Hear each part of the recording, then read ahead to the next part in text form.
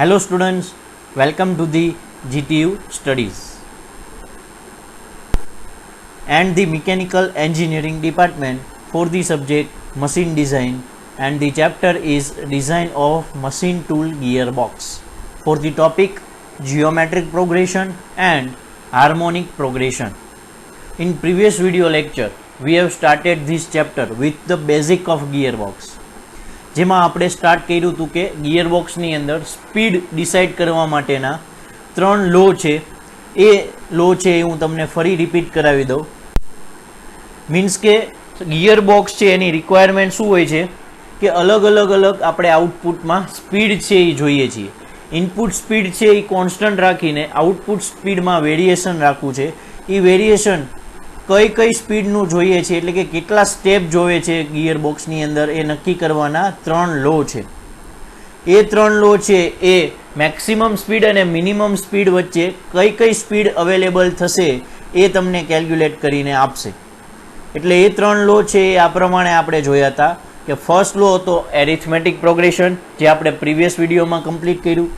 Second છે geometric progression અને third છે હાર્મોનિક પ્રોગ્રેશન. સેકન્ડ અને થર્ડ આપણે આ વિડીયોની અંદર ડિટેલમાં સ્ટડી કરીશું. તો આપણે સ્ટાર્ટ કરીએ જીઓમેટ્રિક પ્રોગ્રેશન. તો એરિથમેટિકનો મેં તમને પ્રીવિયસ વિડીયોમાં મિનિંગ સમજાવ્યો હતો કે સિમ્પલ સમેશન કે સબસ્ટ્રેક્શન કરો એટલે એને એરિથમેટિક કહેવાય, એવરેજ વેલ્યુ કાઢો એને. જીઓમેટ્રિક કોની સાથે કનેક્ટેડ છે? તો geometric is connected with some kind of ratio, ગુણોત્તર પ્રમાણ આપણે જો ગુજરાતીમાં કહેતા હોઈએ તો એની સાથે જો કનેક્ટેડ હોય તો એને જીઓમેટ્રિક કહી શકીએ. એટલે જીઓમેટ્રિક પ્રોગ્રેશનની અંદર જે બે સ્પીડ સ્ટેપ્સ હશે, એટલે કે ફર્સ્ટ સ્પીડ અને સેકન્ડ સ્પીડ, એ બંને વચ્ચેનો એક રેશિયો લેશો એટલે એક વેલ્યુ મળશે. પછી તમે એક સેકન્ડ સ્પીડ અને થર્ડ સ્પીડ વચ્ચેનો રેશિયો લેશો તો એક વેલ્યુ મળશે. એવી જ રીતે થર્ડ સ્પીડ અને ફોર્થ સ્પીડ વચ્ચેનો રેશિયો લઈને વેલ્યુ મેળવશો તો એક વેલ્યુ મળશે. પણ આ બધી વેલ્યુ જે છે રેશિયોની એ સેમ આવી જોવે તો એને જીઓમેટ્રિક પ્રોગ્રેશન કહેવાય. એટલા માટે હું કહી શકું કે in geometric progression the ratio between any two successive spindle speed is constant. મેં કીધું એ પ્રમાણે. એટલા માટે આપણે જે કેલ્ક્યુલેશન કરશું એમાં દરેક સ્પીડના જે નેક્સ્ટ ટુ નેક્સ્ટ સ્પીડ હોય એ બધાનો રેશિયો લેશું તો એ હંમેશા કોન્સ્ટન્ટ રહેશે. તો એ મેળવવા માટે સૌથી પહેલાં નોમેનક્લેચર જે એરિથમેટિક પ્રોગ્રેશનમાં યુઝ થતા હતા એવા જ આપણે ડિફાઇન કરી દઈએ કે એન મેક્સ એટલે શું? Maximum spindle speed in RPM. N minimum એટલે શું? Minimum spindle speed in RPM. N1 N2 up to NZ એટલે કે કેટલી સ્પીડ છે અત્યારે મને પ્રોપર વેલ્યુ નથી ખબર, આંકડો નથી ખબર, એક ડિજિટ, એટલે હું એને NZ સુધી છે એવું કહી દઉં. તો એ N1 N2 શું છે? Various kind of spindle speed છે. આરપીએમમાં જઈશે 5, કે જે બે સક્સેસિવ સ્પીડ છે એ બંનેનો જે રેશિયો છે એ રેશિયો છે જીઓમેટ્રિક પ્રોગ્રેશન રેશિયો 5. અને Z means total number of speed steps. કેટલા સ્પીડ આપણે જોઈએ છીએ? Z નંબર ઓફ સ્પીડ જોઈએ છીએ. રેડી? તો આ નોમેનક્લેચર સાથે હવે આપણે કેલ્ક્યુલેશનમાં જઈએ. સૌથી પહેલા ફાઇન્ડ કરતા શીખીએ જીઓમેટ્રિક પ્રોગ્રેશન રેશિયો 5 કઈ રીતે ફાઇન્ડ થશે. તો સૌથી પહેલા ફર્સ્ટ સ્પીડ જે છે એને N1 કહી દઉં, સેકન્ડ સ્પીડ છે એને N2 કહી દઉં. એટલે N2 છે એની વેલ્યુ ઓફકોર્સ વધારે જશે કારણ કે N1 મિનિમમમાં મિનિમમ છે. તો N2 બાય N1 લઉં એટલે એક રેશિયો મળશે જેને હું 5 કહી દઉં. પછી સેકન્ડ અને થર્ડ સ્પીડ વચ્ચેનો રેશિયો લઉં N3 બાય N2 તો એ વેલ્યુ મળે છે એ પણ 5 જેટલી જ મળશે. એવી દરેક સ્પીડના રેશિયો લેતો જાઓ નેક્સ્ટ ટુ નેક્સ્ટ એટલે બધાની વેલ્યુ કેટલી થશે? એક સરખી 5 જેટલી જ થશે. એટલે હું આવું કંઈક ઇક્વેશન લખી શકું કે 5 is equal to N2 by N1 is equal to N3 by N2 is equal to up to last speed maximum speed NZ upon એની પહેલાની પ્રીવિયસ સ્પીડ કેટલી હોય? NZ માઇનસ 1 જેટલી. રેડી? તો એના ઉપરથી આવું કંઈક કહી શકું કે N maximum upon N minimum. N maximum એટલે NZ લાસ્ટ સ્પીડ અને N મિનિમમ એટલે ફર્સ્ટ સ્પીડ N1. એ બંનેનો રેશિયો લઉં તો NZ by N1 A calculate કરવું હોય તો સૌથી પહેલાં શું કરીશ કે NZ માઇનસ 1 છે એકવાર ઉપર મલ્ટીપ્લાય કરીશ અને એકવાર નીચે ડિવાઈડ કરીશ. એટલે જુઓ સેકન્ડ જે ઇક્વલ ટુની પછીનું છે એ મળશે NZ અપોન NZ માઇનસ 1. એ તો નહોતું એટલે છેદમાં આવ્યું એટલે અંશમાં મૂકવું પડશે એકવાર. એટલે એકવાર અંશમાં મૂક્યું NZ માઇનસ 1 અને છેદમાં N1 as it is. Ready? આટલું મળ્યા પછી હવે nz-2 એકવાર મલ્ટીપ્લાય કરું અને એકવાર ડિવાઈડ કરું એટલે મને ઇક્વલ ટુની જે લાસ્ટમાં લખેલું છે એવી કંઈક ટર્મ્સ મળશે nz/nz-1 into nz-1/nz-2 into nz-2/n1. હવે હજી હું આને આગળ વધારતો જાઉં કે nz-3 એકવાર મલ્ટીપ્લાય કરું અને એકવાર ડિવાઈડ કરું. તો આ રીતે હું કન્ટિન્યુઅસ કરતો જ જાઉં. ક્યાં સુધી કરીશ? જ્યાં સુધી n1 નો આવી જાય ત્યાં સુધી. એટલે કે આટલા સુધી કરીશ કે nz/nz-1 nz-1/nz-2 into nz-2/nz-3 up to vote n2/n1, કારણ કે એનાથી આગળ કાંઈ નહીં આવે. રેડી? હવે જુઓ, ફર્સ્ટ મલ્ટીપ્લાય જે છે સાઇન ઇન્ટુની જે સ્ટાર કરીને લખેલું એ સ્ટાર પહેલાની સિમ્બોલ જુઓ, પહેલાની ટર્મ્સ જુઓ nz/nz-1. તો ઉપર જુઓ તો nz/nz-1 એટલે શું થાય? 5. હવે મલ્ટીપ્લાય ઇન્ટુ બીજી ટર્મ્સ કઈ છે? nz-1/nz-2. તો એના બરાબર 5 થાય. એટલે કે જેટલી વેલ્યુ મલ્ટીપ્લિકેશનમાં છે એ બધાને બરાબર શું થાય? 5. એટલે 5 5 5 5 5 બધા મલ્ટીપ્લિકેશનમાં આવશે. ટોટલ કેટલા 5 આવશે? તો ટોટલ z-1 જેટલા 5 આવશે. z જેટલા નહીં, યાદ રાખજો. કારણ કે જો ઉપર અંશમાં શરૂ ક્યાંથી થાય છે? અંશ જુઓ ખાલી, z થી શરૂ થાય છે 2 સુધી આવે છે. નીચે છેદમાં જુઓ તો z-1 થી શરૂ થાય છે અને n1 સુધી છે, એટલે ટોટલ z-1 છે. એટલે તમે કોઈ પણ ટર્મ્સ ધારો કે 2 લઈ લો, એ 2 ઇન્ટુ 2 ઇન્ટુ 2 છે, એ z-1 ટાઈમ્સ કરો તો એને કઈ રીતે લખી શકાય? 2z-1. કારણ કે જો હું 4 વાર 2 ઇન્ટુ 2 ઇન્ટુ 2 લખું તો એ 2/4 જ થઈ ગયું. તો એવી જ રીતે nmax/n-minimum is equal two 5z-1 થાય એટલી મને ખબર પડે. અને એમાં હું 5 ને સબ્જેક્ટ બનાવું એટલે z-1 જે ઇન્ટુ રેસ્ટુમાં હતું એ સામેની સાઈડ થઈ જાય એટલે 1/z-1 રેસ્ટુ થઈ જશે. એટલે 5 is equal two nmax/n-minimum રેસ્ટુ 1/z-1. એમાં n-maximum/n-minimum ને તમે રેન્જ કહી શકો r.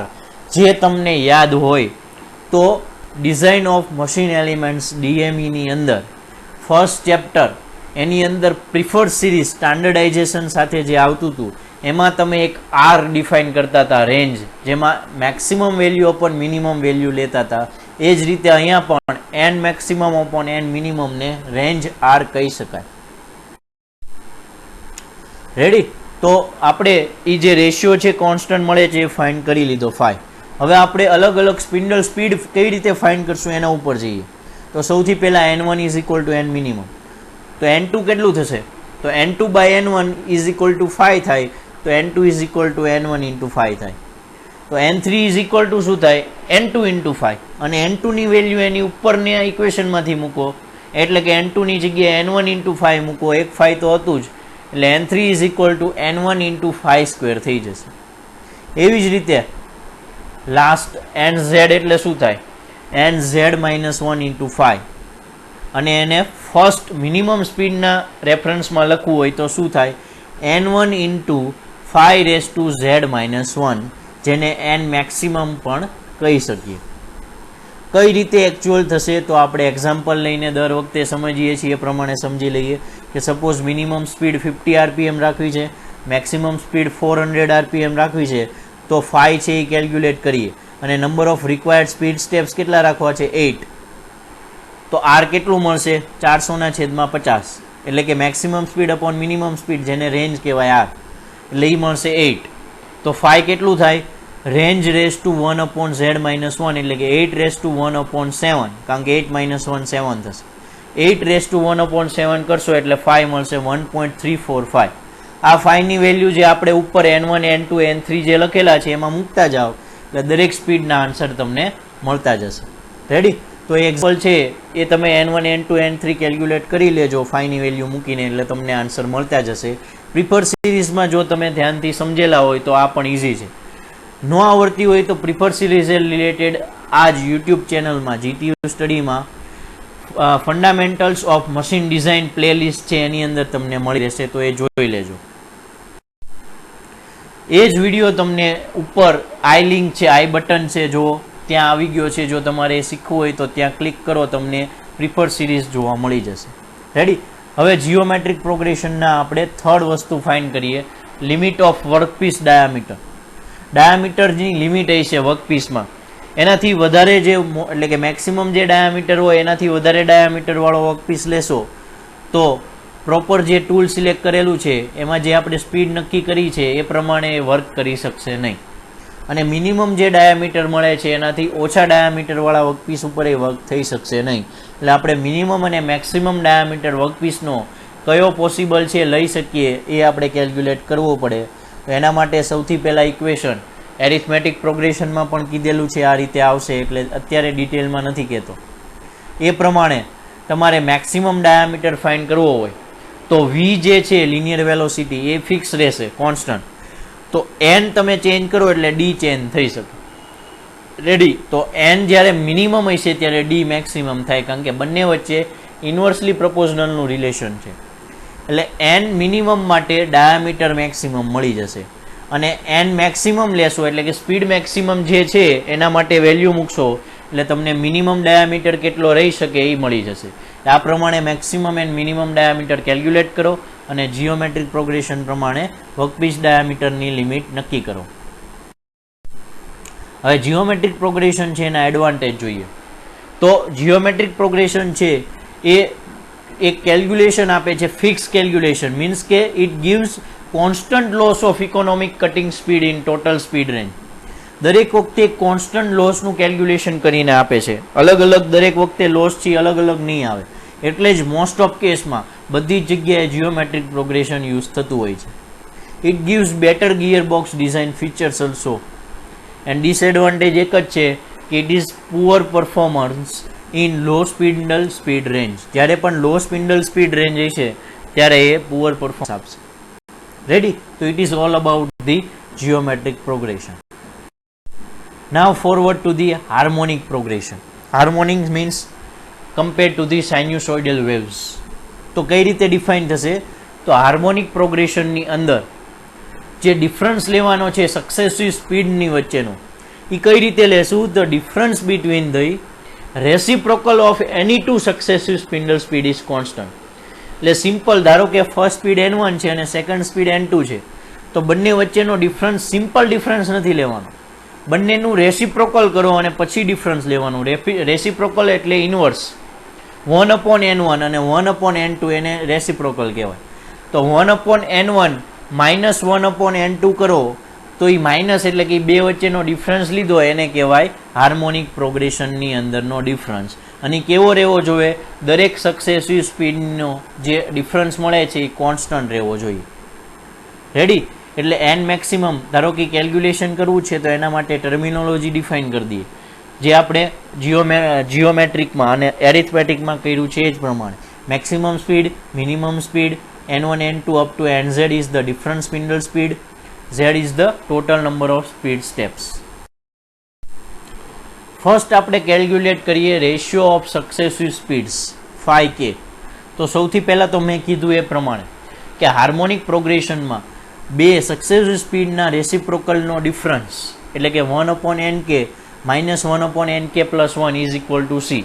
જો આમાં એક ભૂલ થશે, સિમ્પલ ડિફરન્સમાં આપણે મોટી સ્પીડ પહેલાં લઈએ એટલે કે k+1 પહેલાં લેતા હોઈએ, પણ રેસિપ્રોકલ છે એટલે મોટી સ્પીડ હોય રેસિપ્રોકલમાં નાનું થઈ જશે.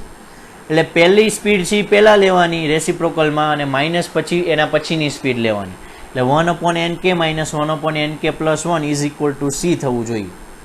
એમાં તમે 1/Nk પ્લસ 1ને સબ્જેક્ટ બનાવો તો માઇનસમાં છે લેફ્ટ સાઈડ એટલે એને રાઇટ સાઈડ લઈ જાઓ અને Cની લેફ્ટ સાઈડ લેતા હો Cને, એટલે 1/Nk plus 1 is equal two 1/Nk minus C થઈ જશે. રાઇટ સાઈડ જે છે ઇક્વલ ટુનો એનો લસા લઈ લો એટલે એ થઈ જશે 1 minus C into Nk upon Nk. હવે Nk પ્લસ 1ને રાઇટ સાઈડ લઈ જાઓ અને અપોન Nk આમ નામ રાખી દો અને 1 માઇનસ C ઇન્ટુ Nk છે એને લેફ્ટ સાઈડ લઈ જાઓ એટલે છેદમાં આવી જશે. એટલે Nk plus 1 upon Nk is equal two 1/1 minus C into Nk થઈ જશે. અને Nk પ્લસ 1 અપોન Nk એટલે બે સક્સેસિવ સ્પીડનો રેશિયો થયો અને એને કહી દઈએ આપણે ratio of successive speed phi k. Ready. એ મળી ગયું. હવે સેકન્ડ આપણે ફાઇન્ડ કરતા શીખીએ different spindle speeds. તો સૌથી પહેલાં મિનિમમ સ્પીડ n1 લઈ લઈએ, મેક્સિમમ સ્પીડ એટલે એના પછીની સ્પીડ n2 કેટલી મળે? તો આપણે હમણાં જ જોયું કે એને પછીની speed nk plus 1 is equal two શું થાય? તો કે nk upon 1 minus c into nk, એટલે કે n1 upon 1 minus c into n1. n3 is equal to n2 upon 1 minus c into n2. હવે ધ્યાન રાખજો ખાસ, n2 જે લાસ્ટ આપણને મળ્યું n3 ઇઝ ઇક્વલ ટુમાં n2 જે છે એમાં n2 ની વેલ્યુ આપણે ઉપરથી કંઈક લઈ લઈએ, એટલે કે n2 ની જગ્યાએ આપણે n1 upon 1 minus c into n1 મૂકીએ, એટલે થોડુંક લેન્ધી ઇક્વેશન બનશે. એને તમે સાદુરૂપ આપો, સિમ્પલ ફોર્મમાં તમે કન્વર્ટ કરતા જાઓ, એટલે લાસ્ટમાં તમને આવી રીતે વેલ્યુ મળશે. એ તમારે પ્રેક્ટિસ કરવાની છે. n3 is equal to n1 upon 1 minus 2 into c into n1 મળી જશે. સિમ્પલ આવું મળી જશે. c n1 એ બધું હતું જ તે n2 માં, તે ખાલી શું થઈ ગયું? 2 આવી ગયું, એટલે કે 3 ની અંદર 2 આવશે તો 4 ની અંદર 3 આવશે. એવી રીતે z ની અંદર શું આવશે? z માઇનસ 1, એટલે કે nz is equal to n1 upon into bracket 1 minus into bracket z minus 1 into c into n1 bracket close, એવું કહી શકીએ. આ યાદ રાખજો. અગેન એ ન સમજાતું હોય થોડુંક તો આપણે એક્ઝામ્પલ સાથે લઈ લઈએ કે minimum speed 50 rpm, maximum speed 400 rpm, total steps કેટલા રાખવા છે? 8.